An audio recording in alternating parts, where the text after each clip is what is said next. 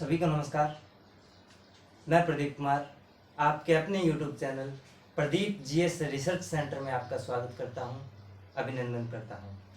आज मैं आपको हरियाणा की नदियों के बारे में बताऊंगा, हरियाणा जीके का मोस्ट इम्पोर्टेंट टॉपिक। तो हरियाणा की नदियों के साथ साथ मैं आज आपको भारत की नदियों से भी रूबरू करवाऊंगा। तो बने रहिएगा और देखते रहिए प्रदीप जीएस रिसर्च सेंटर। देखिए हरियाणा की नदियाँ। तो सबसे पहले मैं हरियाणा की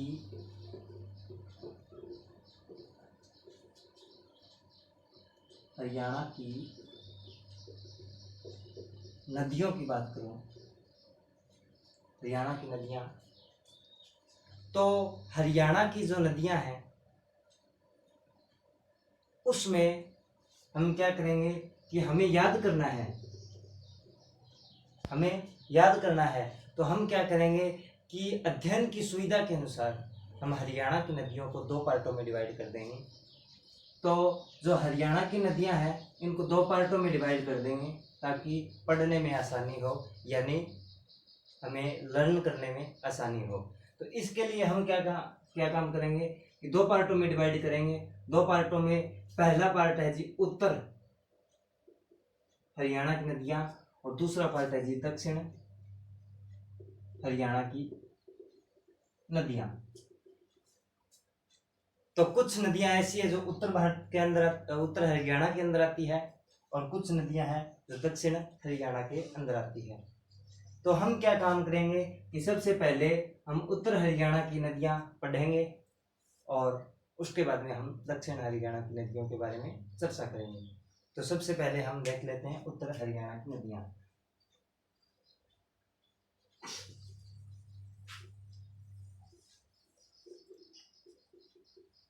तो उत्तर हरियाणा की नदियां पढ़ते हैं हम। तो सबसे पहले बात करें हम, तो सबसे पहले हम घग्गर नदी को उठाते हैं। उत्तर हरियाणा के अंदर सबसे पहले हम घग्गर नदी को उठाते हैं। तो देखिए घग्गर नदी है। तो सबसे पहले प्रश्न क्या उठता है कि घग्गर नदी कहां से निकलती है, यानी इसका उद्गम स्थान कहाँ है। तो घग्गर नदी का उद्गम स्थान की बात करें तो वो हिमाचल प्रदेश के एक जिले दागसई सोलन नाम से निकलती है। कहां से निकलती है? दागसई सोलन, और ये कहां पे है जी? हिमाचल प्रदेश में है। ठीक है। उसके बाद में बात करें कि घग्गर नदी निकलती है जी यहां से, हिमाचल प्रदेश से। उसके बाद में बात करें कि हरियाणा का अध्ययन कर रहे हैं तो हरियाणा में प्रवेश कहां से करती है? हरियाणा में प्रवेश कहां से करती है? तो ये हरियाणा के कालका से प्रवेश करती है। और कालका की बात करें तो वो पंचकुला में है जी। कहां पे है जी? पंचकुला में। तो हरियाणा में पंचकुला से घग्गर नदी प्रवेश करती है। उसके बाद में बात करें कि ये पंचकुला से प्रवेश करती है, और पंचकुला के में प्रवेश करने के बाद में ये जाती है जी अम्बाड़ा में। कहाँ जाती है जी? अम्बाड़ा में। अम्बाड़ा के बाद में ये कहाँ जाती है जी? अम्बाड़ा के बाद में ये जिला जींद में जाती है, जिसको हरियाणा का हृदय बोला जाता है। और जींद जिले के बाद में ये नदी फतेहाबाद में जाती है। और फतेहाबाद के बाद में ये नदी कहाँ पे जाती है जी? सिरसा में जाती है। कहाँ जाती है जी? सिरसा में जाती है।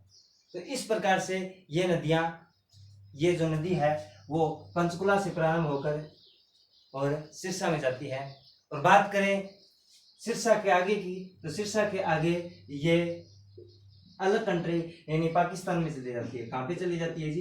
पाकिस्तान में चली जाती है। और जो हरियाणा के अंदर यानी भारत के अंदर, हरियाणा के अंदर जो नदी घग्गर नदी कहलाती है वो पाकिस्तान में जाकर घग्गर न कहलाकर क्या कहलाती है जी? हाकड़ा नदी कहलाती है। कहाँ पे कहलाती है जी? कहाँ पे कहलाती है? पाकिस्तान में कहलाती है।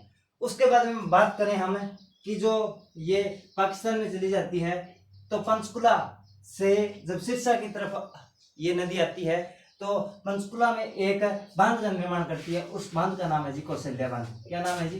कौशल्या बांध है। उसके बाद में सिरसा में एक बांध का निर्माण करती है, उस नाम का जी ओट्टू बांध। क्या नाम है? ओट्टू बांध।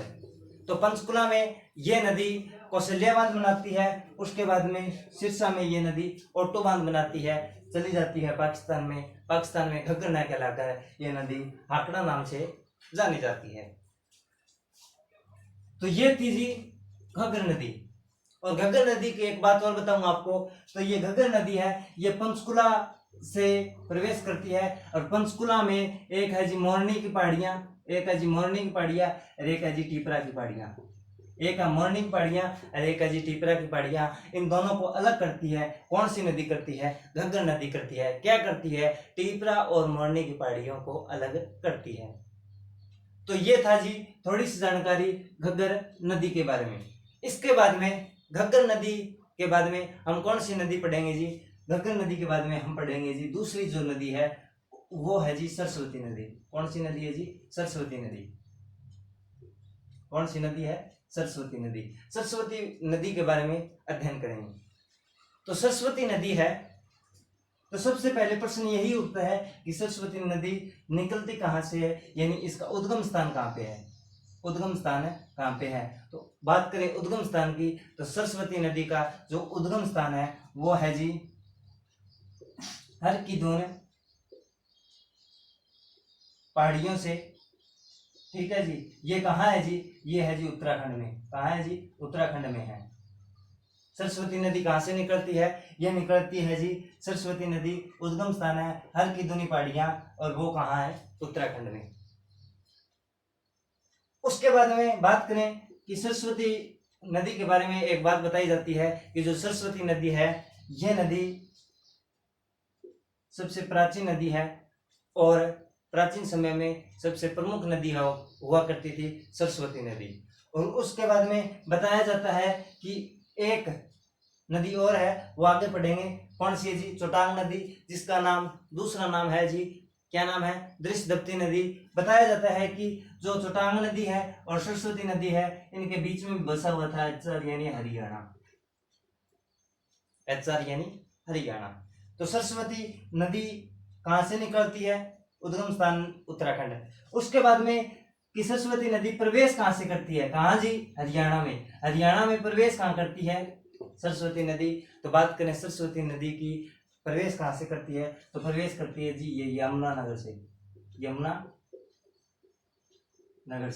यमुनानगर से प्रवेश करती है कौन सी नदी? सरस्वती नदी। उसके बाद में बात करें कि सरस्वती नदी के बारे में बताऊं आपको, तो सबसे पहले मैं इमेज बना देता हूँ। ये था जी पंचकुला और ये यमुनानगर बना देते हैं जी।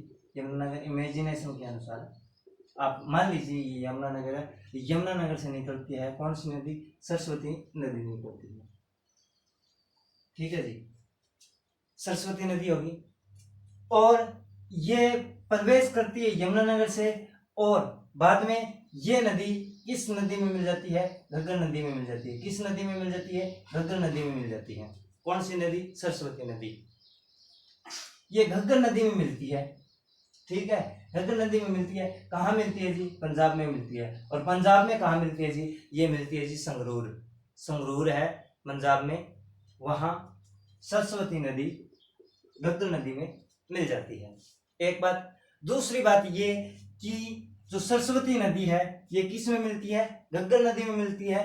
तो इसका जो पानी है वो किस में मिलता है? घग्गर नदी में मिलता है। और घग्गर नदी में जो पानी मिलता है सरस्वती नदी का, तो जो घग्गर नदी है वो तेजी से प्रवाह होने लग जाती है, यानी प्रभावित होने लग जाती है। ठीक है, किस नदी के पानी मिलने से? ये सरस्वती नदी के पानी मिलने से घग्गर नदी तेजी से प्रभावित होने लग जाती है। यानी कहा जाता है कि इसको आगे बढ़ने के लिए, किसको? घग्गर नदी को आगे बढ़ने के लिए, ठीक है, ये सरस्वती नदी मिलती है। ठीक है, आगे बढ़ने के लिए तो ये क्या करती है? ये सहायता देती है किसको? घग्गर नदी को। तो जो सरस्वती नदी है वो है जी सहायक नदी। सहायक नदी है। किस नदी की? घग्गर नदी की। कौन सी नदी की? घग्गर नदी। कौन सी नदी? सरस्वती नदी। कहाँ से निकलती है? ठीक है, हरियाणा में कहाँ से प्रवेश करती है? किस नदी में मिलती है? कहाँ मिलती है? उसके बारे में बात करें हम, जो सरस्वती नदी है, ये नदी विलुप्त हो चुकी है। क्या हो चुकी है? विलुप्त हो चुकी है, और इसका पुनर्निर्माण हो रहा है। पुनर्निर्माण हो रहा है, पुनर्जीर्णोद्धार हो रहा है। तो इसका श्रेय किसको जाता है? श्रेय किसको जाता है? श्रेय जाता है जी दर्शन लाल जैन को जाता है। किसको जाता है जी? दर्शन लाल जैन को जाता है। दर्शन लाल जैन ने सरस्वती नदी है उसके पुनर्निर्माण में बहुत बड़ी भूमिका निभाई है। इसलिए सरकार ने क्या काम किया कि 2019 में इसे पद्मश्री अवार्ड से सम्मानित किया। किसको? दर्शन लाल जैन को। उसके बाद में बात करते हैं जी, दर्शन लाल जैन के बाद में बात करें कि जो सरस्वती नदी है ये विलुप्त हो रही है, और विलुप्त हो रही है तो इसके लिए सरकार ने एक बोर्ड की स्थापना की। तो वो बोर्ड था जी सरस्वती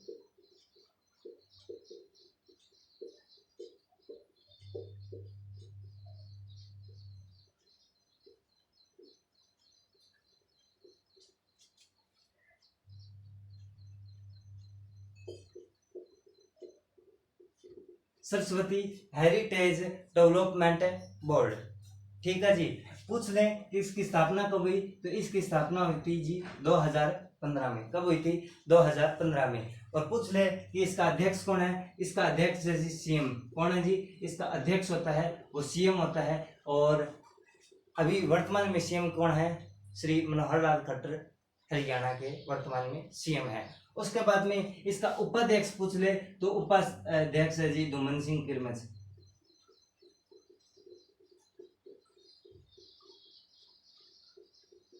दुमन सिंह किरमच इसके उपाध्यक्ष हैं सरस्वती नदी के जो बोर्ड है उसके। तो आपने देखा कि हमने घग्गर नदी के बारे में पढ़ लिया, उसके बाद में सरस्वती नदी के बारे में पढ़ लिया। तो इस इमेज को ध्यान में रखिएगा। अभी मैं आपको बता देता हूं कि दूसरी नदी, तो तीसरी नदी आती है जी। कौन सी नदी आती है? मारकंडा नदी। ठीक है जी। मारकंडा नदी का दूसरा नाम है जी अरुणा नदी। कौन सा नाम है? अरुणा नदी। दूसरा नाम है जी अरुणा नदी। उसके बाद में मारकंडा नदी है, ये कहां से निकलती है जी? ये शिवालिक की पहाड़ियों से हिमाचल प्रदेश से निकलती है। शिवालिक की पहाड़ियों से निकलती है, हिमाचल यानी एचपी से। ठीक है। हरियाणा के अंबाला जिला से प्रवेश करती है। हरियाणा के अंबाला जिला से प्रवेश करती है कौन नदी? मारकंडा नदी। हरियाणा के अंबाला जिला से प्रवेश करती है, ये हो गया जी अंबाला। ठीक है। अंबाला से प्रवेश करती है कौन सी नदी? मारकंडा नदी। दूसरा नाम क्या है? अरुणा नदी। कहां से प्रवेश करती है? अंबाला से। अंबाला से प्रवेश करती है, और ये कहाँ मिल जाती है? किसमें मिल जाती है? ये सरस्वती नदी में मिल जाती है। कहाँ मिलती है? कुरुक्षेत्र में मिलती है। कहाँ मिलती है जी? कुरुक्षेत्र में मिल जाती है। कौन सी नदी? मारकंडा नदी है, वो किस में मिल जाती है जी? सरस्वती नदी में मिल जाती है। तो मारकंडा नदी है सहायता देती है आगे बढ़ने के लिए। किस नदी को? सरस्वती नदी को। उसके बाद में बात करें कि जो मारकंडा नदी है ये अंबाला से प्रवेश कर सरस्वती नदी में मिल जाती है, और ये जो नदी है ये एक बाढ़ के मैदान का निर्माण करती है, जिसको बेट बोला जाता है। क्या बोला जाता है? बेट बोला जाता है। कौन सी नदी?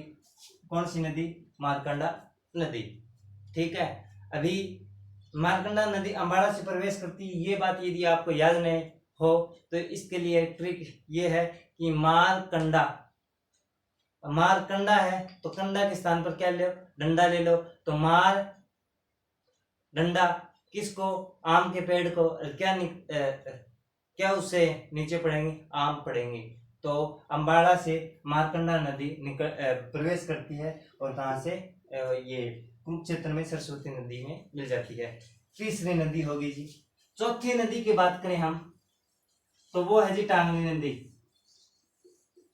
टांगली नदी कहां से निकलती है? उद्गम स्थान की बात करें तो ये निकलती है जी मोरनी की पहाड़ियां से। मोरनी की पहाड़ियां कहाँ है जी? पंचकुला में है। पंचकुला से निकलती है, और पंचकुला से निकलती है, पंचकुला से निकलती है कौन सी नदी? टांगरी नदी। और अम्बाड़ा में किस नदी के साथ मिल जाती है जी? ये मिल जाती है जी कौन सी नदी के साथ? ये मिल जाती है जी मारकंडा नदी के साथ मिल जाती है। कौन सी नदी मिल जाती है जी? टांगरी नदी मिल जाती है। कहाँ से निकलती है जी? उद्गम स्थान है जी पंचकुला।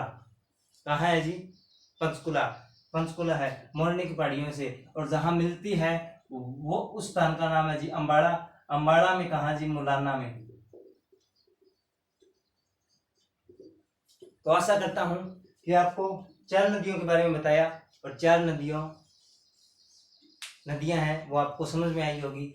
उसके बाद में इसको रफ कर देते हैं जी, और हरियाणा की 5वीं नदी के बारे में पढ़ते हैं। उत्तर हरियाणा की नदियां चल रही है जी, दक्षिण की अभी आएगी। उसके बाद में भारत की नदियों के बारे में चर्चा करेंगे। तो आपने देखा कि सबसे पहले हमने घग्गर नदी के बारे में पढ़ा, उसके बाद में सरस्वती नदी के बारे में पढ़ा, उसके बाद में हमने मारकंडा नदी के बारे में पढ़ा, उसके बाद में हमने टांगरी नदी के बारे में पढ़ा। तो हम अभी पढ़ते हैं जी 5वीं नदी है जी हमारी चोटांग नदी। कौन सी है जी? चोटांग नदी। चोटांग नदी कहाँ से निकलती है जी? ये शिवालिक की पहाड़ियों से निकलती है। कहाँ से? शिवालिक की पहाड़ियों से। कहाँ से निकलती है? शिवालिक की पहाड़ियों से निकलती है। और बात करें चोटांग नदी है, ये शिवालिक की पहाड़ियों से निकलती है, और ये पंचकुला जिले से प्रवेश करती है। और पंचकुला जिले में प्रवेश करने के बाद में ये नदी मिल जाती है जी किस नदी में मिल जाती है जी? सरस्वती नदी में मिल जाती है। ये नदी इधर से सरस्वती आ रही थी ना, सरस्वती नदी आ रही थी, और ये नदी सरस्वती नदी में मिल जाती है। और जो मिलने का स्थान है वो है जी पंजाब। और पंजाब में कौन सा? बेनी नामक स्थान पर ये जो चोटांग नदी है सरस्वती नदी में मिल जाती है। ठीक है जी। उसके बाद में चोटांग नदी की बात करें, चोटांग नदी का एक अन्य नाम है दृशदब्ती नदी। किस नदी का है? चोटांग नदी का। आपको मैंने पहले ही बता दिया था कि जो हरियाणा था वो प्राचीन समय में सरस्वती नदी और ये है जी दृशदब्ती नदी के बीच में बसा हुआ था, यानी एचआर कहाँ बसा हुआ था? सरस्वती नदी और इसके बीच में। कहाँ से निकलती है? शिवालिक की पहाड़ियों से, पंचकुला से प्रवेश कर ये मिल जाती है सरस्वती नदी में। कहाँ मिलती है? पंजाब में। पंजाब में कहाँ? बेनी में। ये होगी जी आपकी चोटांग नदी। चोटांग नदी के बाद में हम जो छठी नदी है उसके बारे में चर्चा करते हैं। चोटांग नदी के बाद में छठी जो नदी है वो है जी राक्षसी नदी। कौन सी नदी है जी? राक्षसी नदी। ये कहाँ से निकलती है जी? ये निकलती है जी शाहपुर। ये कहाँ है जी? ये यमुनानगर में है। कहाँ पे है जी? यमुनानगर में है। और ये नदी शाहपुर, ये जी यमुनानगर मान लीजिए दोबारा से। ठीक है जी। यमुनानगर से निकलती है कौन सी नदी? राक्षसी नदी। और ये जो राक्षसी नदी है ये चोटांग नदी में मिल जाती है। कौन सी नदी में मिल जाती है? और चोटांग नदी में मिल जाती है। और चोटांग नदी में कहाँ मिलती है जी? कुरुक्षेत्र में मिलती है। कहाँ मिलती है जी? कुरुक्षेत्र में मिलती है। और कुरुक्षेत्र में कहाँ जी? लाडवा में मिल जाती है। कौन सी नदी? राक्षसी नदी। ठीक है जी। उसके बाद में 7वीं नदी की बात करें, 7वीं नदी की, तो वो है जी थापना नदी। कौन सी है जी? थापना नदी। और थापना नदी है ये हरियाणा की सबसे छोटी नदी है, और ये 15 किलोमीटर में ही प्रवाहित हो जाती है। और थापना नदी है ये नदी यमुनानगर से प्रवेश करती है और यमुना नदी में ही मिल जाती है। कौन सी नदी? ये थापना नदी। कौन सी नदी? थापना नदी यमुनानगर से प्रवेश करती है और कौन सी नदी में मिल जाती है? यमुना नदी में मिल जाती है। उसके बाद में बात करें कि थापना नदी है थापना नदी सबसे स्वच्छ नदी है। क्या है? सबसे स्वच्छ नदी है। उसके बाद में सबसे प्रदूषित की बात करूं तो घग्गर है। घग्गर को शुद्ध करने के लिए या प्रदूषण मुक्त करने के लिए अभियान चलाया हुआ सरकार ने। और जो थापना नदी है ये सबसे स्वच्छ नदी है, सबसे छोटी नदी है, सबसे छोटी नदी है, सबसे स्वच्छ नदी है। उसके बाद में जो थापना नदी है इसको हरियाणा में नीली नदी के नाम से भी जाना जाता है। इसको थापना नदी को। उसके बाद में हम चर्चा करते हैं हरियाणा की 8वीं नदी यमुना का। हरियाणा की 8वीं नदी यमुना का ये कहां से निकलती है जी? ये यमुनोत्री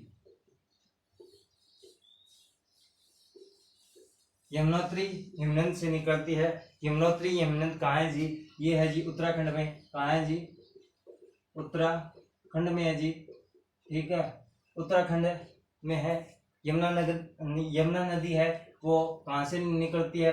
उद्गम स्थान कहाँ है? यमुनोत्री है। यमुनोत्री कहाँ है जी? उत्तराखंड में है। और हरियाणा में प्रवेश कहाँ से करती है? प्रवेश की बात करें तो ये यमुनानगर से करती है। उसके बाद में मैं आपको बताऊंगा कि आप ना मैप लेके बैठिए और इस तरीके से भरिए कि ये यमुनानगर से निकलती है और किस प्रकार से आगे बढ़ती चली जाती है। और बात करें कि उत्तराखंड की, तो उत्तराखंड में ये यमुनोत्री बताया। इसी प्रकार से यमुनोत्री उत्तराखंड में कौन से ये मध्य की चोटियां हैं उत्तराखंड में कौन से बता देता हूँ। यमुनोत्री, गंगोत्री, केदारनाथ, बद्रीनाथ और त्रिशूल। ये कहाँ है जी? ये कहाँ है? उत्तराखंड में है। ठीक है, तो उसके बाद में यमुना नदी यमुनोत्री उत्तराखंड से निकलती है। प्रवेश स्थान है यमुनानगर। और यमुनानगर से ये नदी करनाल के बाद में पानीपत, सोनीपत है और दिल्ली से होते हुए फरीदाबाद ये आगे जाकर ये जो नदी है ये गंगा नदी में मिल जाती है। और ये बाद में पढ़ाएंगे आपको, ये भारत की नदियों में बताएंगे कि ये किस प्रकार से मिलती है। ये कहाँ मिलती है जी? ये मिलती है गंगा नदी में। और कहाँ जी? इलाहाबाद। कहाँ जी? इलाहाबाद। कौन सी नदी? यमुना नदी। और यमुना नदी जब हरियाणा में प्रवेश करती है, तो आपने पढ़ा होगा कि कलेसर राष्ट्रीय उद्यान है उसके बीच से होती हुई यमुना नदी हरियाणा में प्रवेश करती है। तो आपने देखा कि हमने 8 नदियों के बारे में जानकारी प्राप्त की और ये 8 नदियां उत्तर हरियाणा की नदियां थी। उसके बाद में हम चर्चा करते हैं जी, दक्षिण हरियाणा की नदियां। कहाँ की? दक्षिण हरियाणा की नदियों की।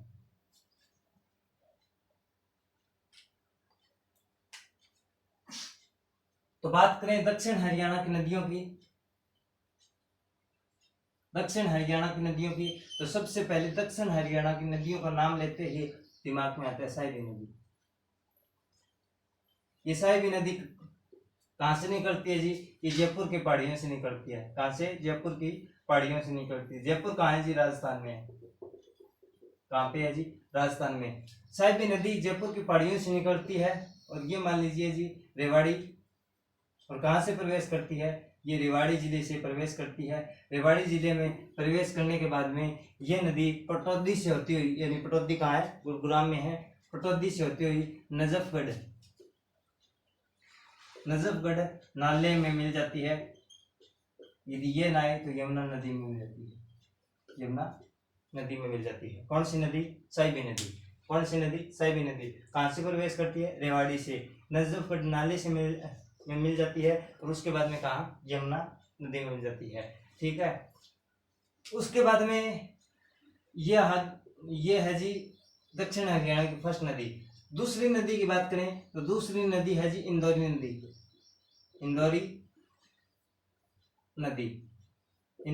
है जी दक्षिण हरियाणा की दूसरी नदी। ये जो दक्षिण हरियाणा की दूसरी नदी है ये कहाँ से निकलती है जी? ये मेवात से निकलती है। कहाँ से निकलती है? ये मेवात से निकलती है। मेवात में कहाँ से? इंदौर गांव से कौन सी नदी? इंदौरी नदी निकलती है। कहाँ से? मेवात से निकलती है, यानी मेवात की पहाड़ियों से निकलती है और ये नदी साहिबी नदी में मिल जाती है, यानी साहिबी नदी की सहायक नदी कौन सी है जी? इंदौरी नदी। उसके बाद में इसके बारे में चर्चा और करें तो ये जो इंदौरी नदी है ये दो धाराओं में बहती है, एक रेवाड़ी की तरफ चली जाती है, एक गुरुग्राम की तरफ चली जाती है। कौन सी नदी? इंदौरी नदी। उसके बाद में तीसरी नदी की बात करूं तो आ जाती है दोहन नदी। दोहन नदी कहां से निकलती है? तो ये महेंद्रगढ़ में दोषी की पहाड़ियां, दोषी की जो पहाड़ियां हैं उनका नाम सुना होगा, वहां से निकलती है। और दोषी की पहाड़ी की ऊंचाई कितनी है?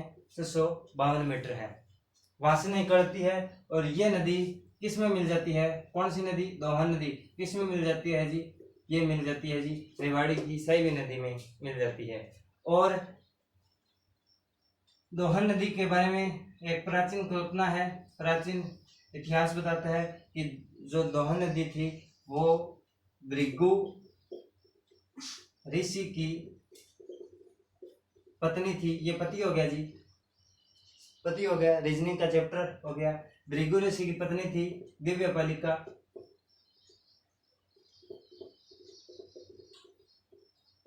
के आंखों से यानी नैनों से निकली थी। ये दोहन नदी के बारे में थोड़ी सी प्राचीन कल्पना है। उसके बाद में एक रेवाड़ी के बारे में और बात बताऊं कि रेवाड़ी में जब साहिबी नदी प्रवेश करती है हरियाणा में तो यहाँ पे एक बांध है जी, मसानी बांध। कौन सा है जी? मसानी बांध है। ठीक है जी। फिर चौथी नदी की बात करूं तो चौथी नदी है जी कृष्णावती नदी। ये कहां से प्रवेश करती है? रेवाड़ी से प्रवेश करती है और ये राजस्थान के एक नाले में मिल जाती है, आरजे यानी राजस्थान के बहलोड़ नाले में कृष्णावती नदी मिल जाती है। रेवाड़ी से चकबात है और तीमराना से होती हुई ये कहाँ मिल जाती है जी? राजस्थान में एक नाले का नाम है बहलोड़ नाला, उसमें मिल जाती है कृष्णावती नदी। तो आपने उत्तर हरियाणा की नदियों के बारे में चर्चा की, उसके बाद में दक्षिण हरियाणा के नदियों के बारे में चर्चा की। तो मैं आपको बता देता हूँ कि जो हरियाणा की नदियाँ थी वो हमारी कंप्लीट होती है, अभी हमारी भारत की नदियाँ प्रारंभ होगी। उससे पहले नदियों के बारे में थोड़ा सा, हरियाणा की नदियाँ हैं उनके बारे में थोड़ा सा और बता देता हूँ आपको। एक है जी घग्गर नदी। क्या है जी? घग्गर नदी। ये बाढ़ के मैदान बनाती है। उस बाढ़ के मैदान का नाम क्या है जी? ये बनाती है जी नैली। ठीक है जी। एक है जी मारकंडा, कहाँ से प्रवेश करती है? अम्बाड़ा से। ये क्या बनाती है? बेट। बाढ़ के मैदान के नाम है जी। उसके बाद में बात करें कि ये है जी उत्तर हरियाणा, ये है जी दक्षिण हरियाणा। पूछ ले कि उत्तर हरियाणा की सबसे प्रमुख नदी कौन सी है? तो यमुना, घग्गर। उत्तर हरियाणा की सबसे प्रमुख नदी है जी घग्गर, यहाँ से निकलती है ना घग्गर, पंचकुला से। तो उत्तर हरियाणा की जो प्रमुख नदी है वो घग्गर है। यदि पूर्व की बात कर ले, यहाँ से कौन सी जाती है? यमुना नदी जाती है। तो पूर्व की बात कर ले तो ये आती है जी यमुना नदी। उसके बाद में दक्षिण की पूछ ले, दक्षिण की है जी साहिबी नदी। ठीक है जी। ये बता दिया था मैंने पहले ही, परंतु मैंने सोचा कि ना समझ में आया होगा तो इसलिए दोबारा से उत्तर हरियाणा की सबसे प्रमुख नदी की बात करें तो वह जी यमुना नदी। उत्तर हरियाणा की घग्गर नदी, पूर्व हरियाणा की यमुना नदी, दक्षिण हरियाणा की साहिबी नदी। और इधर से ये घग्गरी जाती है तो इधर कोई नदी नहीं है। पंजाब में है सतलुज नदी है, वहाँ से एक नहर आती है, भाखड़ा नहर बोल देते हैं उसको, तो वो पश्चिम में नहीं है। उसके बाद में हमने क्या देखा कि हमने हरियाणा की उत्तर और दक्षिण की नदियों को पूरा कर लिया। जिस प्रकार से HSSC पूछ सकती है हरियाणा की नदियों के बारे में, तो जिससे कि हाथ लंबे है वो हरियाणा के साथ साथ भारत की नदियों के बारे में भी पूछ सकती है। और एक बात और बता देता हूँ कि जो यमुना नदी है ये गंगा नदी में मिल जाती है इलाहाबाद में, ठीक है। तो यदि भारत की नदियों का अध्ययन करेंगे तो पूरा डिटेल से आपको पता चल जाएगा नदियों के चैप्टर के बारे में। तो सबसे पहले हम भारत की नदियों के बारे में पढ़ते हैं। बात करें भारत की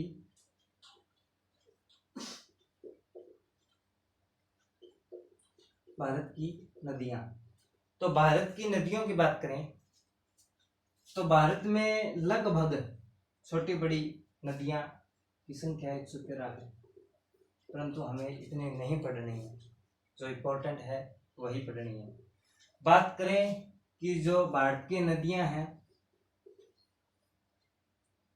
भारत की जो नदियां हैं वो भारत के क्षेत्रफल का 17% है, नदियां और नहरें। यदि बात करूं कि भारत की जो नदियां हैं और जो नहरें हैं, सर्वाधिक लंबाई किस राज्य में है? सर्वाधिक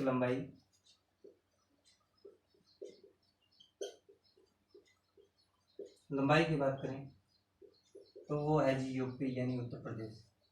कौन सा है जी? यूपी है यानी उत्तर प्रदेश। और एक बात और बता देता हूँ, जो हरियाणा की जो नदियां पड़ी थी उसमें 2 प्रश्न रह गए थे, वो बता देता हूँ कि नदियों का शहर आ जाए, नदियों का शहर आ जाए तो वो होगा जी पंचकुला। आपने देखा क्या कि मारकंडा नदी हो गई, घग्गर नदी हो गई, उसके बाद में आपने देखा कि बहुत सारी नदियां हैं जो पंचकुला से निकलती है, तो इसलिए पंचकुला शहर को हरियाणा का नदियों का शहर बोलते हैं। और यदि नहरों के शहर की बात आ जाए तो ये है जी कौन सा? टोहाना। ये कहाँ है जी? ये है जी फतेहाबाद में। कहाँ है जी? फतेहाबाद में, ठीक है जी।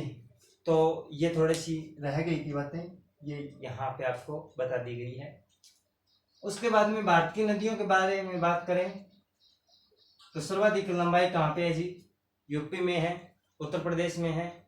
और जो खारा पानी है नदियों और नहरों का, खारे पानी की बात करें, सबसे ज्यादा इकट्ठा हुआ खारा पानी कहाँ है जी? उड़ीसा में है। कहाँ है जी? उड़ीसा में है।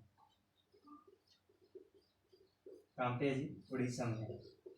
तो मैं बताऊं आपको कि हमने हरियाणा की नदियों के साथ साथ भारत की नदियों का भी अध्ययन करना क्यों जरूरी समझा, क्योंकि यदि हरियाणा की नदियों के साथ साथ हम भारत की नदियों का भी अध्ययन कर लेते हैं तो बहुत अच्छा होता है हमारे लिए। इसलिए हमने सोचा कि पेपर में आ सकता है, साथ ही साथ भारत की नदियों को भी पूरा करवा दिया जाए। तो जो भारत की नदियां हैं ना, जिस प्रकार से हरियाणा की नदियों को हमने अध्ययन के सुविधा के अनुसार 2 पार्टों में डिवाइड किया था, उत्तर हरियाणा की नदियां और दक्षिण हरियाणा की नदियां, इसी प्रकार से हम भारत की नदियों को भी अध्ययन की सुविधा के अनुसार, यानी अध्ययन पढ़ना और सुविधा हो, आसानी हो, पढ़ने में आसानी हो, इसके लिए हम जो हरियाणा की जो नदियां हैं उनको, जो भारत की नदियां हैं उनको 4 पार्टों में डिवाइड कर देते हैं जी। पहला है हिमालय की नदियां। कौन सा है जी? हिमालय की नदियां। पहला है हिमालय की नदियां। उसके बाद में दक्षिण की तरफ जाते हैं। दक्षिण की तरफ प्रायद्वीपीय नदियां हैं, भारत की प्रायद्वीपीय की नदियां। दूसरी जो बात करते हैं, ये पहला हो गया। दूसरे की बात करें तो भारत की प्रायद्वीपीय नदियां। तो बात करें तीसरे की, तो देखिए जी, जो प्रायद्वीपीय नदियां हैं उनके पास तट बने हुए हैं, उन तटों से भी नदियां निकलती है, तो वो हो जाती है जी तटीय नदियां। उसके बाद में बात करते हैं हम भारत के मध्य में, जैसे कि विंध्याचल सतपुड़ा की पहाड़ियां मध्य प्रदेश में, वहां से भी तो वो ना तो प्रायद्वीप में है ना उत्तर में है, वो बीच में है। तो जो मध्य से जो नदियां निकलती है यानी मध्यवर्तीय नदियां, मध्य की नदियां, तो इनको अध्ययन की सुविधा के अनुसार 4 पार्टों में सजा लिया, डिवाइड कर दिया। हिमालय की नदियां, प्रायद्वीपीय नदियां, तटीय नदियां और मध्य से जो नदियां निकलती है, मध्य भारत से जो नदियां निकलती है, उनके बारे में बता दिया। तो जो हिमालय की नदियां हैं, इनको हम और थोड़ा सा डिवाइड कर देते हैं। क्या कि हिमालय की नदियों से 2 नदियां महत्वपूर्ण निकलती है, वैसे तो 3 निकलती है, 3 देख लेते हैं।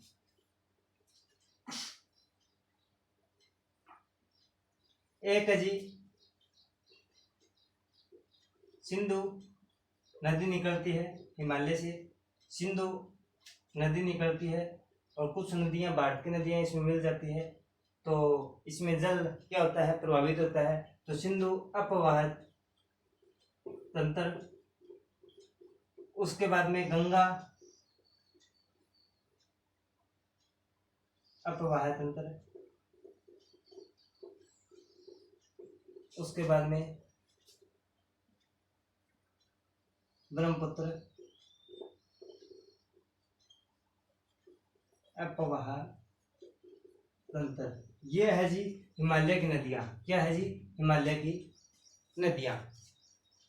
तो आपने देखा कि हिमालय की नदियों को हमने सिंधु अपवाह तंत्र, गंगा अपवाह तंत्र और ब्रह्मपुत्र अपवाह तंत्र में डिवाइड कर दिया। तो देखिए हम इनको पढ़ते हैं।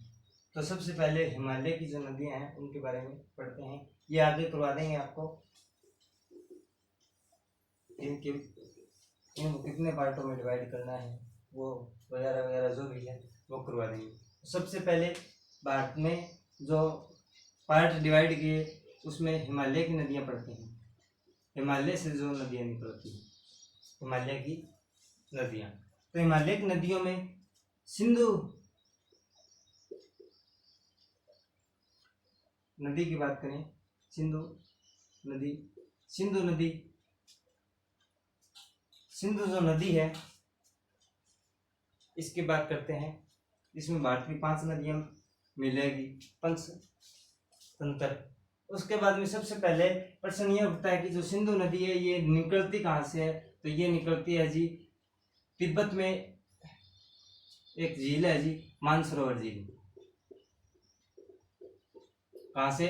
तिब्बत के मानसरोवर झील से निकलती है। और मैं थोड़ा सा आपको हिंट देता हूँ कि ये है जी जम्मू कश्मीर।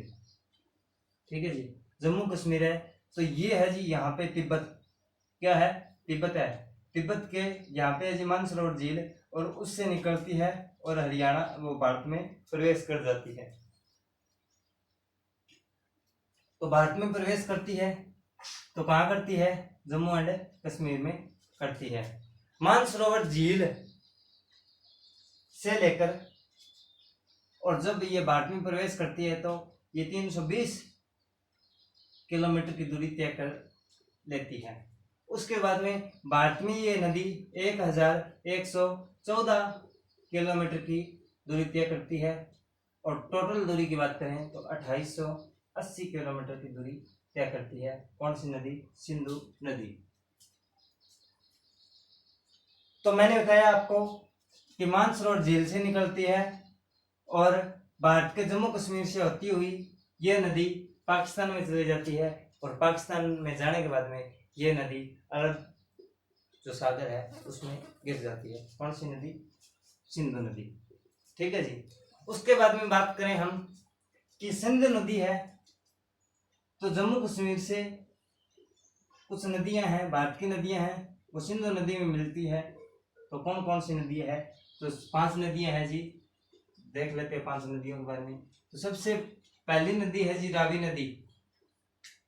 उसके बाद में बात करें तो व्यास नदी, ये भी सिंधु नदी में मिल जाती है। उसके बाद में बात करें तो चेनाब नदी, उसके बाद में बात करें तो झेलम नदी, उसके बाद में बात करें सतलुज नदी, सतलुज भी बोला जाता है। तो ये नदियां हैं जी, रावी, ब्यास, चेनाब, झेलम और सतलुज। ये नदियां किस नदी में मिल जाती है जी? किसी न किसी तरह के, कोई मैदानी भाग में प्रवेश कर सिंधु नदी में मिल जाती है, कोई किसी प्रकार से सिंधु में मिल जाती है। तो ये जो 5 नदियां हैं ये किस में मिल जाती है? सिंधु नदी में मिल जाती है। तो पूछ लिया कि सिंधु नदी की सहायक नदी बताइए, तो 3 एक इसमें से दे देगा, एक ट्राइलिथियम बात से दे देगा और पूछ लेगा कि सिलेक्ट कीजिए, तो आपको पता होना चाहिए। उसके बाद में कि रावी नदी है, ये तो बता दिया आपकी सिंधु नदी में मिलेगी, तो ये तो बताओ ना ये निकलेगी कहां से? तो ये निकलेगी जी रह से रावी, रह से रोहतांग। ये कहां से निकलती है जी? रोहतांग दरे से निकलती है। कौन सी नदी? रावी नदी। उसके बाद में बात करें हम नेक्स्ट नदी की, ये निकलती है यानी उद्गम स्थान कहां पे है? उद्गम स्थान ये बता रहा हूं आपको, वैसे व्यास कुंड, वैसे व्यास और वैसे व्यास कुंड, व्यास कुंड है। तो दूसरी नदी जो व्यास नदी है ये कहां से निकलती है? व्यास कुंड से निकलती है, और जो व्यास कुंड है वो रोहतांग दरे पर ही स्थित है। ठीक है। उसके बाद में बात करें चेनाब नदी में, चेनाब नदी में जो लास्ट में बैन नजर आ रहा है, तो चेनाब और लास्ट में बैन नजर आ रहा है, तो बारालाचा, बारालाचा दरे से निकलती है जी। कौन सी नदी? चेनाब नदी। उसके बाद में झेलम नदी की बात करें, जैसे झेलम, झेलना किसको पड़ता है? वेरी को। वेरी कौन होता है? दुश्मन। तो झेलम नदी वेरीनाग से निकलती है। सतलुज निकलती है जी राक्षस ताल से। ठीक है, ताल से याद करवा देना, आपको एक चीज बतानी है, चलो बता ही देता हूं। ताल है ना, ताल जिस भी के पीछे आ जाए वो उत्तराखंड में पाएगी जी। वो कहाँ पाएगी जी? उत्तराखंड में। यानी जो भी झील आ जाए जिसके पीछे ताल लगा है ना, जैसे नैनीताल, ठीक है, राक्षस ताल, ठीक है, तो ये नदियां, ये जो ये है ना ताल लगा होता है, ये उत्तराखंड में पाती है जी, उत्तराखंड में मिलती है। परंतु अब बात है ये राक्षस ताल और एक है जी राक्षस ताल, राक्षस ताल। ये राक्षस ताल है ना, राक्षस ताल है, ये है जी, ये है उत्तराखंड में, और ये राक्षस ताल है, ये है जी कहाँ पे? तिब्बत में, तिब्बत में है। और एक है जी रामगढ़ ताल, ये दो ही अपवाद हैं। एक है जी रामगढ़ ताल, ये है जी यूपी में। कहाँ पे है जी? यूपी, यूपी यानी उत्तर प्रदेश। तो हमने देखा, क्या देखा कि जो सिंधु नदी में 5 जो नदियां मिलती है, रावी, व्यास, चेनाब, झेलम नदी और सतलुज नदी, ये कहाँ से निकलती है? रोहतांग दरे, व्यास, बारालाचा, वेरीनाग और राक्षस। तो ये बता दिया कि ये कहाँ है? तिब्बत में। ये कहाँ है जी?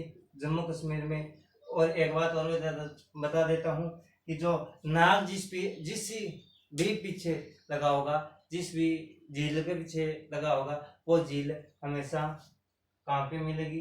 जम्मू कश्मीर में मिलेगी। तो वेरीनाग है, नाग जिसके भी पीछे लगा होगा वो जम्मू कश्मीर में मिलेगी। याद रखने की शॉर्टकट ट्रिक। तो ये कहाँ है जी? जम्मू कश्मीर में। ये कहाँ है? राजस्थान है जी, तिब्बत में। ठीक है। उसके बाद में बात करते हैं, ये जो रोहतांग दर्रा है ये कहाँ पे है जी? हिमाचल प्रदेश में। ये कहाँ है जी? हिमाचल प्रदेश में। व्यास कुंड कहाँ है? व्यास कुंड है वो जो रोहतांग दर्रा है उस पर ही स्थित है, ये भी हिमाचल प्रदेश में मिलेगा। और बारालाचा की बात करूं, बारालाचा दर्रा है, ये है जी कहाँ है? हिमाचल प्रदेश में। उसके बाद में ये बता दिया कि ये नदियां कहाँ से निकलती है, कौन सी झील से, कौन सी दरे से निकलती है। उसके बाद में स्थान कौन सा है, नदी कौन से में मिल जाती है, ठीक है, ये बता दिया। अभी ये किस प्रकार से मिलती है, तो ये जो रावी नदी है ना, रावी नदी, ये रावी नदी चेनाब नदी में मिल जाती है, और ये झेलम नदी है ना, ये भी चेनाब नदी में मिल जाती है। और जो चेनाब नदी है ना, वो सिंधु नदी की सबसे बड़ी सहायक नदी है। सबसे बड़ी जो सहायक नदी है वो कौन सी नदी है, चेनाब नदी है। और जो बात करें रावी नदी की, तो रावी नदी है, और रावी नदी पाकिस्तान में जाकर मुल्तान स्थान पर किसमें मिल जाती है, चेनाब नदी में मिल जाती है। और व्यास जो नदी है, व्यास जो नदी है, ये क्या है कि ये व्यास कुंड से निकलती है। निकलने के बाद में पंजाब में होशियारपुर एक स्थान होशियारपुर है, होशियारपुर जिले के नैनीताल नहीं, तलवाड़ा स्थान पे ये मैदानी भाग में मिल जाती है, ठीक है। तो ये मैंने बताया कि कौन सी नदी कहाँ से निकलती है, कौन सी दर्रे से निकलती है, वो दर्रा कहाँ स्थित है। उसके बाद में मैंने बताया कि कौन सी नदी किस में मिलती है, और वो नदी जाके सिंधु नदी में मिल जाती है। तो ये था जी सिंधु अपवाह तंत्र। क्या था, सिंधु अपवाह तंत्र। उसके बाद में हम बात करते हैं जी गंगा अपवाह तंत्र की। किस चीज की, गंगा अपवाह तंत्र की। तो आपने देखा कि पहले हमने क्या पढ़ा कि सिंधु जो नदी थी, सिंधु नदी थी, उसके बारे में, सिंधु अपवाह क्षेत्र के बारे में पढ़ दिया था। अभी हमें क्या पढ़ना है, अभी हमें पढ़ना है कौन सी नदी के बारे में, तो हम अभी पढ़ेंगे गंगा नदी के बारे में। गंगा यानी गंगा अपवाह तंत्र। तो गंगा जो अपवाह तंत्र है, तो सबसे पहले हम बात करेंगे गंगा की। तो गंगा कहाँ से निकलती है, तो गंगा निकलती है जी गौमुखी हिमानी से। कौन सी नदी निकलती है, गंगा नदी निकलती है। ये गौमुखी हमारे कहाँ है जी, उत्तराखंड में है। कहाँ है जी, उत्तराखंड में है। और जो गौमुखी हिमानी है, इसी के पास में है, क्या है जी, इसी के पास में मैंने बताया था कि उत्तराखंड में गंगोत्री, यमुनोत्री, केदारनाथ, बद्रीनाथ, त्रिशूल, ये कहाँ है, ये है जी उत्तराखंड में। तो गंगोत्री है, गंगोत्री हिमनद के पास है, गौमुखी हिमानी है, वहां से गंगा निकलती है, गंगा नदी निकलती है। तो गंगा नदी निकलती है, निकलने के बाद में यह कुछ समय के लिए कहाँ, ये जो पहाड़ी क्षेत्र है उनके बीचों से गुजरती है। उसके बाद में आपने नाम सुना होगा हरिद्वार। तो हरिद्वार में जो गंगा नदी है वो मैदानी भाग में प्रवेश कर जाती है, और मैदानी भाग में प्रवेश करने के बाद में चलती रहती है। और उसके बाद में बात करें अपने इलाहाबाद की, तो इलाहाबाद में इसके साथ आकर कौन सी नदी मिल जाती है जी, यमुना नदी इसमें मिल जाती है। जो कि आपको एचआर की नदियां बताते समय भी मैंने बताया था कि जो यमुना नदी है वो गंगा नदी में मिल जाएगी आगे जाकर इलाहाबाद में। और उसके बाद में बताऊं मैं आपको, तो जो गंगा नदी है, ये गंगा नदी जो हरिद्वार है, हरिद्वार में मैदानी भाग में प्रवेश कर जाती है। इलाहाबाद में ये यमुना इसमें आके मिल जाती है। और उसके बाद में ये बंगाल के खाड़ी में गिरने के लिए बांग्लादेश में चली जाती है। और बांग्लादेश में जब जाती है ये कौन सी नदी, गंगा नदी बांग्लादेश में जाती है, तो वहां ये गंगा न कहलाकर क्या कहलाती है जी, गंगा न कहलाकर ये कहलाती है जी पद्मा। क्या कहलाती है, पद्मा कहलाती है। कौन सी नदी जी, गंगा नदी। कौन से देश में, बांग्लादेश में। और बांग्लादेश में जाने के बाद में ये बंगाल की खाड़ी में गिरने से पहले ये एक नदी के साथ मिलती है, यानी उसके साथ रूबरू होती है। वो नदी है जी ब्रह्मपुत्र नदी। कौन सी है जी, ब्रह्मपुत्र नदी। और ब्रह्मपुत्र नदी के साथ मिलती है। और ये जो नदी है, कौन सी नदी, गंगा नदी है। गंगा नदी ऐसे होते हुए बांग्लादेश में चलती है, जाती है। और जाने के बाद में ये बंगाल के खाड़ी में गिरती है और बंगाल की खाड़ी में ये सबसे बड़े डेल्टा का निर्माण करती है, उसको बोलते हैं जी सुंदरवन का डेल्टा। सुंदरवन का डेल्टा का निर्माण करती है। कौन सी नदी करती है जी? ये गंगा नदी करती है। उसके बाद में हम क्या करते हैं कि गंगा नदी को हमने पढ़ लिया, कहाँ से निकलती है, कहाँ से होती हुई कहाँ जाती है, और बाद में उद्गम स्थान पढ़ लिया था कहाँ से है, और बाद में पढ़ लिया था कि ये जो नदी है वो कहाँ इसका समापन हो जाता है। उसके बाद में चर्चा करते हैं, क्या चर्चा करते हैं कि जो गंगा नदी है इसमें यमुना नदी मिली थी, तो और कौन सी नदियां मिलती है? तो और कौन सी नदियां मिलती है? तो एक जी घाघरा नदी, एक जी गंडक नदी, और एक कैन नदी इसमें मिलती है। कोसी नदी, कैन तो इसमें यमुना नदी में मिलती है, वो आगे चर्चा करेंगे। तो इसमें कौन सी नदी मिलती है? एक तो मिलती है जी कौन सी नदी में? गंगा नदी में। एक है जी घाघरा, एक घाघरा नदी, उसके बाद में ढक्कन नदी, और उसके बाद में कोसी नदी मिलती है। किस नदी में मिलती है जी? इस गंगा नदी में। ठीक है, तो ये घाघरा नदी की बात करें तो घाघरा नदी कहाँ से निकलती है? तो घाघरा जो नदी है ये कहाँ से निकलती है? ये तिब्बत से आती है जी। यहाँ कहाँ से आती है? तिब्बत से आती है, और तिब्बत से आने के बाद में ये नदी, कौन सी नदी? घाघरा नदी किस में मिल जाती है? गंगा में मिल जाती है। कहाँ मिलती है जी? बिहार में मिलती है। कहाँ मिलती है? बिहार में। बिहार में कहाँ? छपरा नामक स्थान में। छपरा नामक स्थान में कौन सी नदी किस में मिल जाती है? घाघरा नदी गंगा नदी में मिल जाती है। कहाँ से आती है? तिब्बत से आती है, और कौन से स्थान पर है? बिहार में। बिहार में कहाँ? छाप। उसके बाद में चर्चा करें कि ढक्कन नदी की। तो ढक्कन नदी की बात करते हैं, तो ये नदी गंडक नदी की बात करते हैं। गंडक नदी की, तो जो गंडक नदी है ये कहाँ से निकलती है? हमारे और जो नेपाल है उसके बीच में सीमा है। इसी प्रकार से चीन और नेपाल के बीच में सीमा है। चीन और नेपाल के बीच में जो सीमा है, यानी जो सीमावर्ती क्षेत्र है, वहां से निकलती है कौन सी नदी? ढक्कन नदी। और वहां से निकलती हुई ये जो नदी है ये नेपाल को बीच से चीरकर कहाँ आती है जी? ये बिहार के चंपारण में प्रवेश करती है। कहाँ पर करती है? बिहार के चंपारण में प्रवेश करती है। और चंपारण में प्रवेश करने के बाद में क्या होता है कि चंपारण में प्रवेश करने के बाद में एक यूपी है जी, एक है बिहार। क्या है? बिहार। इन दोनों राज्यों को ये अलग कर देती है। अलग करती है। एक यूपी, एक बिहार। कौन सी नदी?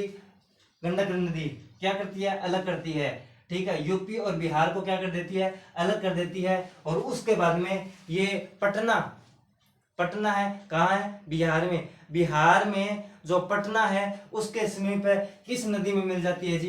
किस नदी में मिल जाती है? ये नदी में मिल जाती है जी, गंगा नदी में। कौन सी नदी में? गंगा नदी में। उसके बाद में चर्चा करें हमें कोसी नदी की, तो कोसी नदी इसी प्रकार से ये कहाँ से निकलती है? ये कंचनजंगा पर्वत से निकलती है। कौन सी नदी? कोसी नदी। कहाँ से निकलती है? कंचनजंगा पर्वत से निकलती है। उसके बाद में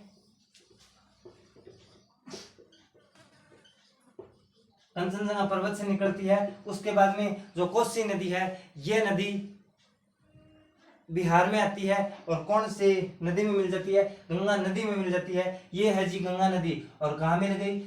ये मैंने ये डायरेक्ट किया ना रेखा, ये नदियां हैं जी। ठीक है जी, तो जो कोसी नदी है कंचनजंगा पर्वत से निकलती है और कहाँ? गंगा में मिल जाती है। और उसके बाद में बात करूं कि जो कोसी नदी है इसको बिहार का शोक कहा जाता है। शोक का मतलब कि जो ये कोसी नदी है ना, ये क्या काम करती है कि बिहार में जो प्राकृतिक जो संपत्ति है, ठीक है, उसको क्या नुकसान पहुंचाती है? क्या पहुंचाती है? नुकसान पहुंचाती है। इसके कारण बिहार के लोग इसको बिहार का शोक मानते हैं। ठीक है, बिहार को क्या हानि पहुंचाती है? धन के क्षेत्र में, आर्थिक रूप से, किसी भी प्रकार से ये जो नदियां हैं वो बाढ़ के कारण बिहार को क्या पहुंचाती है, शोक पहुंचाती है। तो आपने देखा, क्या देखा कि हमने गंगा नदी पढ़ी, गंगा नदी में हमने क्या पढ़ा कि मैं यदि इस गंगा नदी के इस मुहाने पर खड़ा हो जाऊं तो ये जी हमारा कौन सा हाथ है, ये है जी, ये किस तरीके से दिखाई दे रहा है, ये डी है मतलब दायां, और ये क्या है, बी है, इसका मतलब बायां। यदि मैं इस मुहाने पर खड़ा हो जाता हूं तो डी दायां, यानी दायां से कौन सी नदियां मिलती है, ये बात कर ली हमने। और उसके बाद में पढ़ते हैं कि बायां से कौन सी नदी मिलती है। तो बायां से यदि बाएं से बात करें तो बाएं से एक नदी मिलती है जी यमुना, यमुना नदी मिलती है किसमें, गंगा में। कहाँ मिलती है, इलाहाबाद में मिलती है। कहाँ मिलती है जी, इलाहाबाद में मिलती है। ठीक है, कौन सी नदी, यमुना नदी। और यमुना नदी में 3 नदियां मिलती है, कौन सी, एक तो चंबल यमुना नदी में मिलती है और यमुना गंगा में मिल जाती है। एक तो चंबल, एक बेतवा, बेतवा और एक केन। ये जो 3 नदियां हैं, ये 3 नदियां यमुना नदी में मिल जाती है। कौन सी नदी में मिल जाती है, यमुना नदी में मिल जाती है। और जो यमुना नदी है वो आगे जाकर गंगा मिल जाती है। और इनके उद्गम स्थान की बात करूं तो ये जो चंबल, बेतवा और ये जो केन है, ये कहाँ से निकलती है, ये मध्य प्रदेश के विंध्याचल जो पर्वत है वहां से निकलती है। कौन सी नदी, चंबल, बेतवा और कैन कहाँ से निकलती है, मध्य प्रदेश से निकलती है। किस नदी में मिल जाती है, ये तीनों नदियां गंगा नदी में मिल जाती है और गंगा इलाहाबाद में यमुना नदी में मिल जाती है। तो आपने क्या देखा कि हमने गंगा की जो दाएं की है, जो बाएं की है, जो सारी जो नदियां हैं वो पढ़ ली। गंगा की सहायक नदियां, सहायक मतलब जो आगे बढ़ने में सहायता देती है उसको सहायक बोलते हैं। यानी इन नदियों का जल गंगा में मिलेगा तो गंगा होगी प्रवाहित, ठीक है, तेजी से, तो उसको क्या मिली, सहायता मिली। तो इसकी जो ये चंबल, बेतवा और कैन है, ये यमुना नदी की सहायक नदी है, और जो यमुना है ये गंगा की सहायक नदी है। उसके बाद में चर्चा करते हैं हम, गंगा अपवाद तंत्र पढ़ लिया हमने, उसके बाद में ब्रह्मपुत्र अपवाद तंत्र पढ़ते हैं। क्या पढ़ते हैं, ब्रह्मपुत्र अपवाद तंत्र।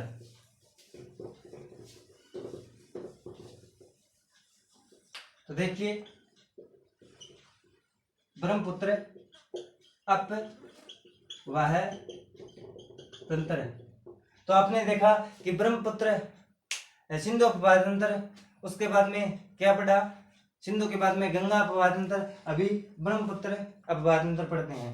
तो ब्रह्मपुत्र की बात करूं तो ब्रह्मपुत्र जो नदी है वो कहां से निकलती है, ये निकलती है जी तिब्बत से। कहां से निकलती है, तिब्बत से निकलती है। तिब्बत से निकलने के बाद में ये नदी है, वो नदी, ये नदी जो भारत है, भारत के अरुणाचल प्रदेश में, अरुणाचल प्रदेश में प्रवेश करती है। ठीक है जी, चंबल नदी है, ठीक है, चंबल नदी है, जो ब्रह्मपुत्र नदी है वो तिब्बत से निकलकर और अरुणाचल प्रदेश में प्रवेश करती है।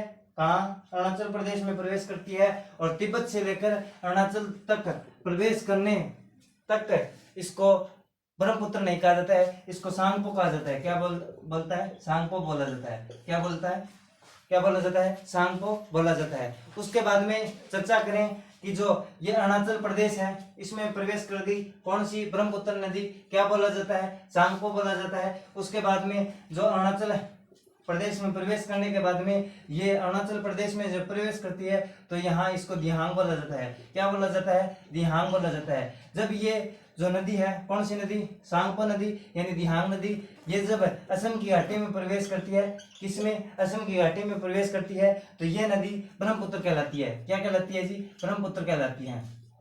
क्या कहलाती है, ब्रह्मपुत्र कहलाती है, असम की घाटी में प्रवेश करने के बाद। और असम की घाटी में प्रवेश करने के बाद में ब्रह्मपुत्र कहलाती है। और उसके बाद में ये बांग्लादेश में चली जाती है, और बांग्लादेश में किसके साथ मिलती है, तो गंगा नदी के साथ मिलती है। और बांग्लादेश में इसको ना तो बोला जाता सांगपो, ना बोला जाता दिहांग, ना बोला जाता ब्रह्मपुत्र, इसको और एक नए नाम से जाना जाता है। वो नया नाम क्या है, वो नया नाम है जी जमुना।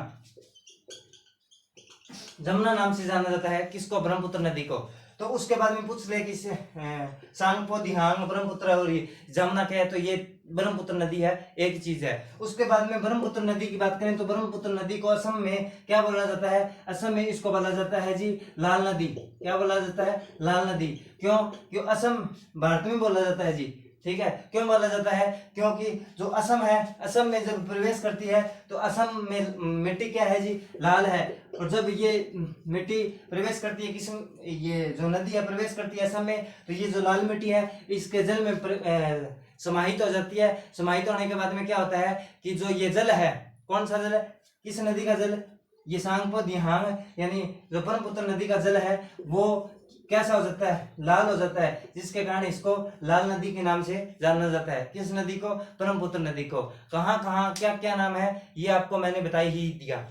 उसके बाद में ये नदी है कहाँ कहाँ पर है, मतलब समाप्त होती है, तो ये बंगाल की खाड़ी में समाप्त हो जाती है। तो हमने क्या काम किया कि हिमालय की जो जितनी भी जो नदियां थी, ठीक है, जितने भी तंत्र थे वो पढ़ लिया। इसके बाद में हम प्रायद्वीपीय नदियों के बारे में चर्चा करेंगे, देखिए ध्यान से और बने रहिएगा प्रदीप जीएस रिसर्च सेंटर पर।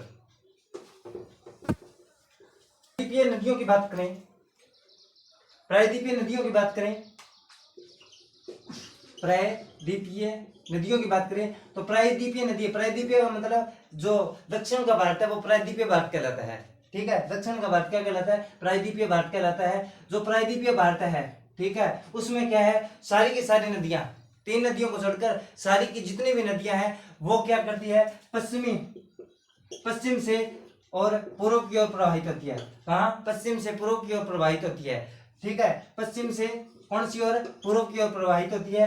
तो इसको एक और नाम दे सकते हैं हम, कौन सा दे सकते हैं, पश्चिम से यदि पूर्व की तरफ प्रवाहित होगी तो गिरेगी कहाँ, बंगाल की खाड़ी में। तो एक नाम और दे सकते हैं कि जो पश्चिम से पूर्व की तरफ है जो प्रायद्वीपीय नदियां प्रवाहित होती है उनको बोल सकते हैं बंगाल की खाड़ी में गिरने वाली नदियां बोल सकते हैं या नहीं बोल सकते, क्योंकि जो पश्चिम से चलेगी पूर्व में जाएगी तो वो बंगाल की खाड़ी में गिरेगी, न कि असम सागर में, असम। उसके बाद में बात कर लेते हैं प्रायद्वीपीय नदियां जो बंगाल की खाड़ी में गिरती है, ठीक है। उसके बाद में हम क्या करेंगे, जो यहाँ पे गिरती है असम सागर में, अरब सागर में, असम नहीं है अरब, ठीक है। तो जो नदियां पश्चिम से पूर्व की तरफ प्रवाहित होती है, ठीक है, और बंगाल की खाड़ी में गिरती है, उसमें सबसे पहली नदी की बात करूं तो गोदावरी नदी है। ये कहां से निकलती है, गोदावरी नदी है वो महाराष्ट्र से निकलती है। कहां से, महाराष्ट्र से। कहां से निकलती है, महाराष्ट्र से निकलती है। उसके बाद में ये बंगाल की खाड़ी में गिर जाती है, ठीक है। देखिए महाराष्ट्र से निकलती है, बंगाल की खाड़ी में गिर जाती है, तो ये अरब सागर में भी गिर सकती थी। क्यों नहीं गिरी, इधर ही जाना था। तो मैंने बताया था 3 ही नदियां, नर्मदा, ताप्ती और माही नदी है वो इधर गिरती है, ठीक है। देखिए ये यहाँ से चली और ये अरब की बंगाल की खाड़ी में गिर जाती है। देखिए ये कितना रास्ता दूर तय करती है, ठीक है। तो जितने छोटे होंगे उतना ज्ञान कम, और जितने बड़े हो जाओगे उतना काम जो ज्ञान है वो ज्यादा हो जाएगा, ठीक है। जैसे जैसे उम्र बीतती जाती है ज्ञान आता जाता है, ठीक है। और उसके बाद में जो गोदावरी नदी है, ये जो नदी है ये कहाँ से निकलती है, कहाँ गिरती है, ठीक है। गोदावरी नदी को जो दक्षिण भारत है उसमें दक्षिण की गंगा बोला जाता है, गंगा बोला जाता है। उसके बाद में इसको वृद्ध गंगा बोला जाता है, ठीक है। इस नदी को, गोदावरी नदी को। बात करते हैं गोदावरी नदी के बाद में नेक्स्ट नदी की प्रायद्वीपीय जो नदी है वो है जी कृष्णा नदी। कौन सी है जी? कृष्णा नदी। कृष्णा नदी है, ये कहाँ से निकलती है? ये महाराष्ट्र से। कहाँ से? महाराष्ट्र से। महाराष्ट्र में महाकालेश्वर है पर्वत, वहां से निकलती है। और जो महाराष्ट्र में जो मुंबई है, उससे जो वो पर्वत है ना, वो 80 किलोमीटर है सर, 80 किलोमीटर दूर है, वहां से निकलती है। कौन सी नदी? कृष्णा नदी। और महाराष्ट्र इसका 50% जल है वो के लिए दावेदार है। 50% जल महाराष्ट्र यूज करता है इसका। उसके बाद में कृष्णा नदी के बाद में ये महाराष्ट्र से निकलती है और कहाँ गिर जाती है जी? कहाँ गिर जाती है? ये गिर जाती है जी बंगाल की खाड़ी में। उसके बाद में चर्चा करते हैं जी कृष्णा नदी के बाद में। कृष्णा नदी पढ़ ली। कृष्णा नदी के बाद में, कृष्णा नदी के बाद में हम पढ़ते हैं जी कावेरी नदी। ठीक है, कावेरी नदी है, ये कर्नाटक से, ये भी महाराष्ट्र से, ये कर्नाटक से निकलती है। और कर्नाटक में ब्रह्मगिरी की जो पहाड़ियां है ना, ब्रह्मगिरी की पहाड़ियां वहां से निकलती है। ब्रह्मगिरी की पहाड़ियों से निकलती है। कौन सी? कावेरी नदी, कर्नाटक में। और मैं बता दूं, जिस प्रकार से हरियाणा और पंजाब का पानी को लेकर जो विवाद चल रहा है, उसी प्रकार से जो कावेरी नदी है, कावेरी नदी का कर्नाटक, तमिलनाडु और पुडुचेरी को पानी को लेकर विवाद चल रहा है, इस नदी को लेकर। उसके बाद में बात करते हैं जो कावेरी नदी है, कावेरी नदी ये कर्नाटक से निकलती है। और कर्नाटक में निकलने के बाद में ये बंगाल की खाड़ी में गिर जाती है, बंगाल की खाड़ी में गिर जाती है। उसके बाद में कावेरी नदी पर एक बांध है जी। क्या है? बांध है। कौन सा बांध है जी? कलनई का बांध है। कलनई का बांध है। हम क्या करें? तो ये जी हम क्या करें, ये याद करना पड़ेगा। हम क्या करें, आप याद कीजिए। ये सबसे पुराना बांध है। कौन सा? कलनई बांध है। किस नदी पर है जी? कावेरी नदी पर है। राज्य कौन सा है जी? तमिलनाडु। ठीक है। उसके बाद में चर्चा करते हैं हम कावेरी नदी के बाद में तुंगभद्रा नदी। तुंगभद्रा नदी जी कुछ नहीं है, कर्नाटक से निकलती है, बंगाल की खाड़ी में गिर जाती है, बस। ठीक है। और तुंगभद्रा नदी है वो कृष्णा नदी की सहायक नदी है, बस। इससे अलावा कुछ नहीं है। उसके बाद में चर्चा करते हैं तुंगभद्रा होगी। पांचवी नदी की बात करें तो वो पांचवी नदी है जी, कौन सी नदी? वो नदी है जी महानदी। कौन सी है जी? महानदी। महानदी है, ये कहां से निकलती है? ये मध्य प्रदेश से विंध्याचल पर्वत है उसके अमरकंटक जो पार्ट है उससे निकलती है। अमरकंटक से निकलती है। कहां से? मध्य प्रदेश से। कहां से? मध्य प्रदेश से निकलती है। और उसके बाद में जो महानदी है ये बंगाल की खाड़ी में गिर जाती है। और महानदी पर सबसे ऊंचा बांध है, ऊंचा नहीं है जी, लंबा बांध है। ऊंचा भी करूंगा आपको, ऊंचा भी करवा देते हैं। लंबा बांध है। लंबा जो बांध है वो किस नदी पर है? महानदी पर है। ठीक है। कौन सी नदी पर है? महानदी पर है। और ऊंचा बांध है, उसका नाम क्या है? नाम तो बताना भूल गया मैं। ठीक है। उसका नाम है हीराकुंड। हीराकुंड जो बांध है वो कौन सी नदी पर है? महानदी पर है। और सबसे लंबा बांध है जी। और उसके बाद में चर्चा करें हम किसकी, कि कौन से राज्य में है ये जो हीराकुंड बांध है, ये कौन से राज्य में है? तो ये है जी उड़ीसा में। कहाँ है जी? उड़ीसा में। कहाँ है जी? उड़ीसा में। उसके बाद में कौन सी नदी है? महानदी पर है। और कौन बांध क्या है? लंबा बांध है। कौन सा? हीराकुंड बांध। कहाँ है? उड़ीसा में। कौन सी नदी है? महानदी। उसके बाद में चर्चा करते हैं जी महानदी के बाद में सबसे ऊंचा बांध बताना रह गया। तो ऊंचा बांध है जी टहरी बांध। कौन सा है जी? टिहरी बांध। टिहरी बांध है जी। टिहरी बांध है, सबसे ऊंचा बांध है। कहाँ है जी? ये है जी भागीरथी नदी पर। कहाँ है जी? भागीरथी नदी पर है। कौन सा? टिहरी बांध है। ठीक है। और कहाँ है जी? उत्तराखंड में है। कहाँ है जी? उत्तराखंड में ये बांध है, सबसे ऊंचा बांध है टिहरी बांध, भागीरथी नदी पर है। उत्तराखंड जो राज्य है वहां है जी सबसे ऊंचा बांध है। उसके बाद में बात करते हैं जी महानदी होगी जो इम्पोर्टेंट थी, जो पश्चिम से पूर्व की तरफ और पूर्व में बंगाल की खाड़ी में गिर रही थी, उस नदियों के बारे में हमने विस्तृत से आपको जानकारी प्राप्त करवाई। अभी हम क्या करेंगे, जो नदियां, कौन सी नदियां जो पूर्व से पश्चिम की ओर प्रवाहित होगी, पूर्व से पश्चिम की ओर प्रवाहित होगी, यानी गिरेगी कहाँ, कहाँ गिरेगी, इधर बंगाल की खाड़ी है, यहाँ है अरब सागर, तो अरब सागर में गिरेगी।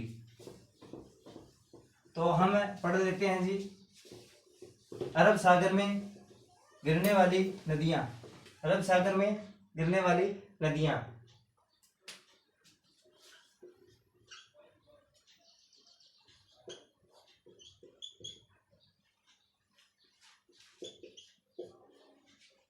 अरब सागर में गिरने वाली नदियां, तो अरब सागर में गिरेगी तो वो कहां से स्टार्ट होगी, वो होगी जी पश्चिम से, और कहां, पूर्व की तरफ है प्रवाहित होगी। उसके बाद में बात करते हैं, तो एक है जी कृष्ण, ये नर्मदा नदी, नर्मदा नदी,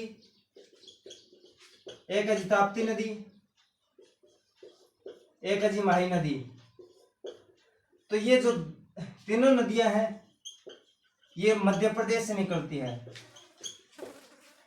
ताप्ती नदी है वह सतपुड़ा पर्वत श्रृंखला से निकलती है, और जो नर्मदा और माही नदी है ये विंध्याचल पर्वत श्रेणी से निकलती है, और ये मध्य प्रदेश से निकलती है। तीनों की तीनों नदियां, ताप्ती नदी सतपुड़ा से, नर्मदा नदी और माही नदी विंध्याचल पर्वत से निकलती है। उसके बाद में ये जो नदियां हैं वो अरब सागर में गिर जाती है। कहाँ, अरब सागर में गिर जाती है। उसके बाद में चर्चा करते हैं क्या, कि जो मध्यवर्ती जो क्षेत्र है ना, वहां से कौन सी नदियां, जिस प्रकार से एक लूनी नदी है राजस्थान की, उसके जिक्र कर लेते हैं जी। क्या है जी, एक लूनी नदी है जी, कहाँ की है जी, राजस्थान की है, राजस्थान की है। उसके बाद में एक नदी है जी जो ये जो महात्मा गांधी का आश्रम है जी, साबरमती आश्रम, इससे थोड़ी नाम से मिलती जुलती है, ठीक है। तो एक है जी साबरमती आश्रम नहीं, साबरमती नदी, एक है जी साबरमती नदी है, ये भी राजस्थान की है, यानी आ रही जी राजस्थान की है। ये कहाँ से निकलती है, अरावली की पहाड़ियों से निकलती है,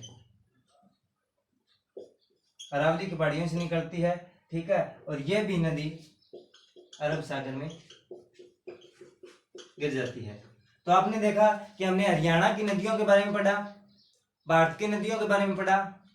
तो आशा करता हूं कि आपको वीडियो और जो कंटेंट पढ़ाया हुआ है ये पसंद आया होगा।